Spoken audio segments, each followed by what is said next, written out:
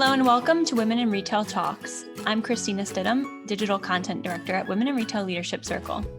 Today I'm joined by Michelle Wenke, co-founder of Monrow, a loungewear brand known for its timeless design and comfortable fabrics. In this episode, we're discussing Monrow's upcoming activewear collection, Michelle's background in design, her advice for other startup leaders, and more. So Michelle, thanks for joining me today. Thank you for having me. I'm glad to be here and I'm excited to talk about Monrow.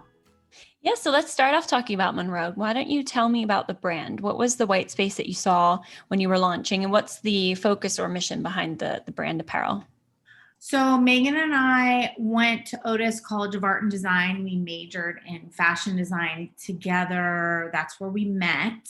So we're both formally trained in fashion. We both received our bachelor's with in fine arts with a focus in fashion design. And then we branched off after school. She was already kind of started her own line while we were still attending school. And I started doing celebrity styling to as a side job as well while we were in school. It was before it was as big as it is today. And we kind of worked after we graduated in those fields. And then we were very involved with Ron Herman at the time. Megan used to be a manager in the men's department. And then I worked there for a summer. And it was in the heyday of when Juicy was really big, those velour tracksuits and Seven Jeans and all those kinds of brands, Free City, and things just were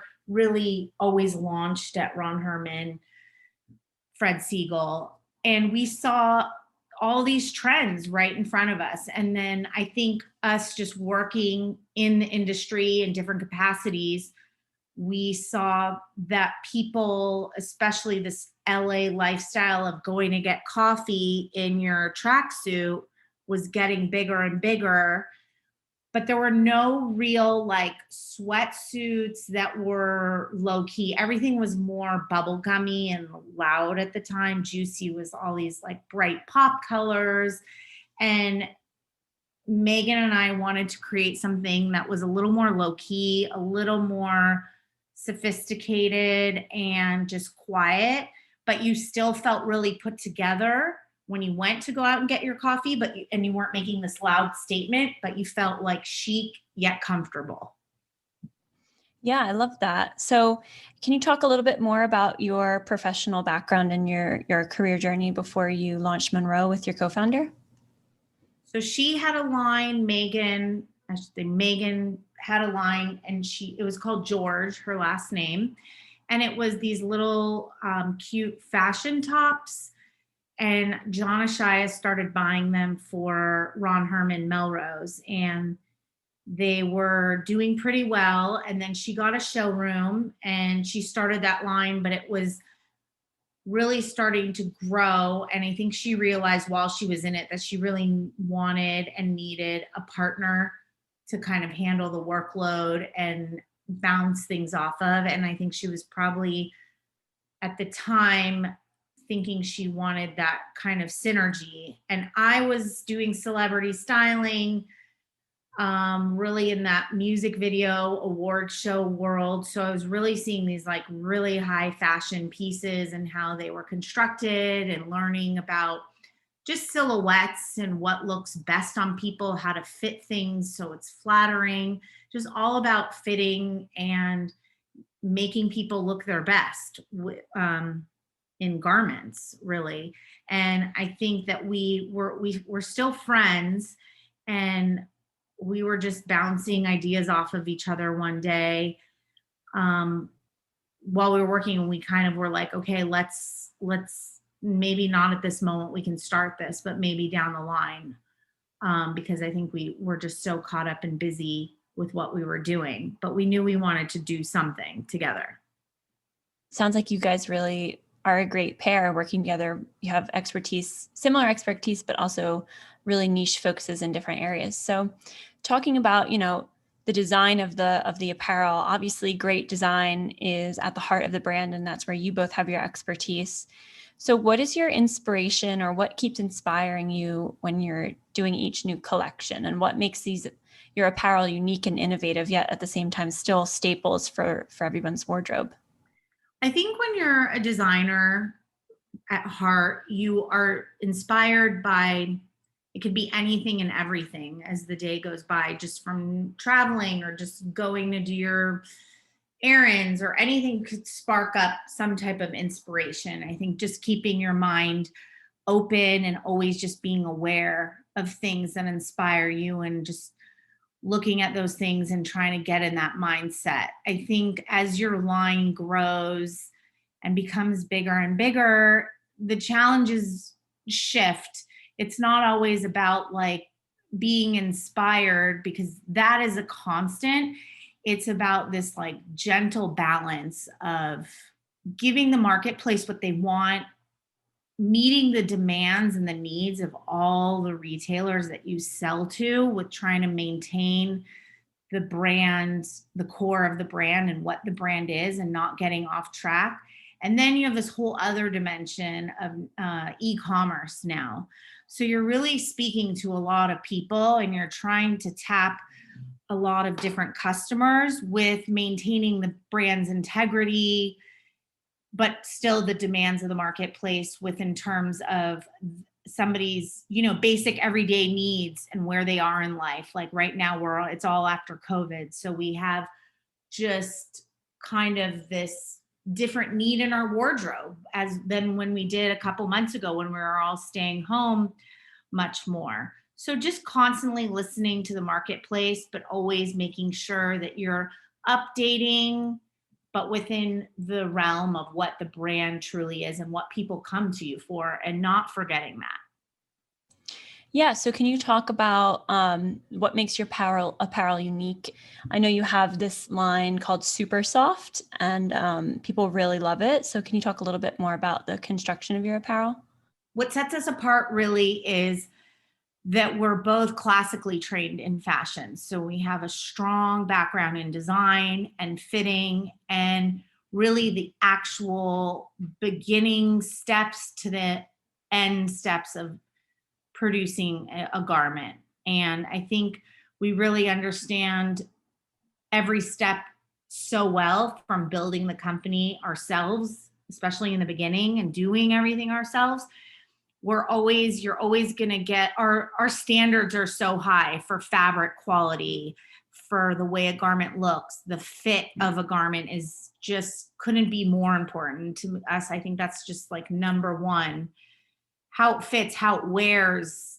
So basically the quality of when you look at it, and and the design, and all those married make a great garment that stands the test of time, which I think that our stuff does. I think we always try to fall into that sweet spot of on trend, but not too trendy, something you'll want to wear, something you don't have to feel like you're in the right mood to wear. It's easy, effortless. It makes you feel better. You feel put together, but it just eases into all phases of your day and all parts of your wardrobe. Yeah, everybody definitely needs and wants those things that you can just grab and know that you feel good in every day, no matter what you're doing. So I Exactly. love that. So I know that Monroe is launching its first ever activewear collection this summer, which is a new category for you guys. So what led you to branch out into workout apparel? I think it was a natural transition. We already had so much stuff that you can work out in, because technically a lot of it's leisure wear. And I think it was just a natural transition of just bringing in these actual wicking fabrics, and then just putting in the taste of Monroe into it, with our prints and our styles and our fit. It was a natural progression. Yeah, and you mentioned earlier, how so much has changed in the past year due to the COVID-19 pandemic, how everybody kind of turned to wearing these comforting clothes, sweatpants, loungewear, athleisure became really big. So, that's one major shift that I imagine benefited Monroe in the last year or so, this surge in loungewear and comfort purchases. So, can you talk about how else COVID impacted the business and how you had to adapt? So COVID really affected our business in a positive way. I think in the beginning, like everyone else, everybody was, a bit more fearful. Nobody, because we were going into this unknown territory, nobody really knew what was going to happen. And then I started to see the shift in our e-commerce business. And then that's when I kind of knew like, oh, the tides are turning. Things are really, there is this huge demand coming, and it lasted throughout COVID for sweatsuits, sweatpants, t-shirts, loungewear, things that you can wear at home and be comfortable in, things that you can look good on Zoom calls, but still be comfortable in. So we started to see the shift on e-com, and it was one of the silver linings of COVID for us. We had to act fast. We were very fortunate that we produce in Los Angeles and that we had access to, all our fabrics because we stock so many of them, and so many things we had right here. So we were able to make things and turn things around quite quickly when people were not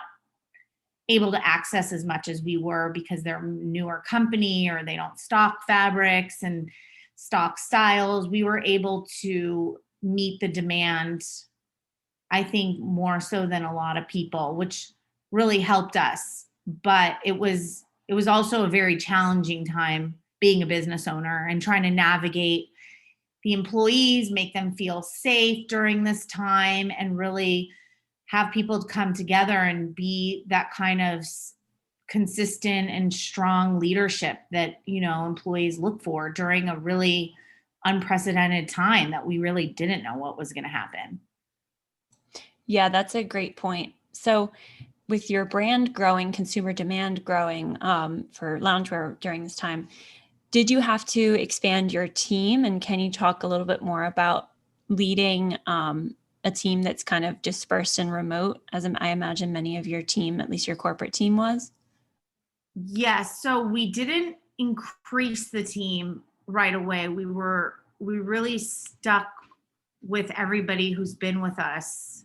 And most people worked remote. We still had a shipping facility to ship our goods out of. And because our e-commerce picked up so dramatically, we still had to keep shipping the goods to the customers. So keeping them safe was a huge concern for us. Keeping everybody distant, keeping everything clean, making sure that everybody felt comfortable all the time. And if they didn't, just, let us know. And just managing that in itself was challenging. And then the whole remote aspect was challenging, but I feel like the bridge to get over to being more comfortable with working remote was a lot shorter. I think we got the hang of it relatively quickly. It was more just keeping up with the people that were on the ground working with us, like making sure that they felt safe and that they weren't at risk, and all those things were a bit more challenging. Yeah, there was definitely a lot of challenges in the past year, but you have, Monroe was founded over a decade now ago, and you've continued to grow and achieve success. I'm wondering what major challenges, thinking back all the way to the beginning to now, what major challenges have you faced over the years, and how were you able to overcome them? So we have been through a lot of challenges, but I think any company, that's what running a company essentially is. It's just facing problems and looking at them as challenges and taking them on and thriving during that time. You're always problem solving every day.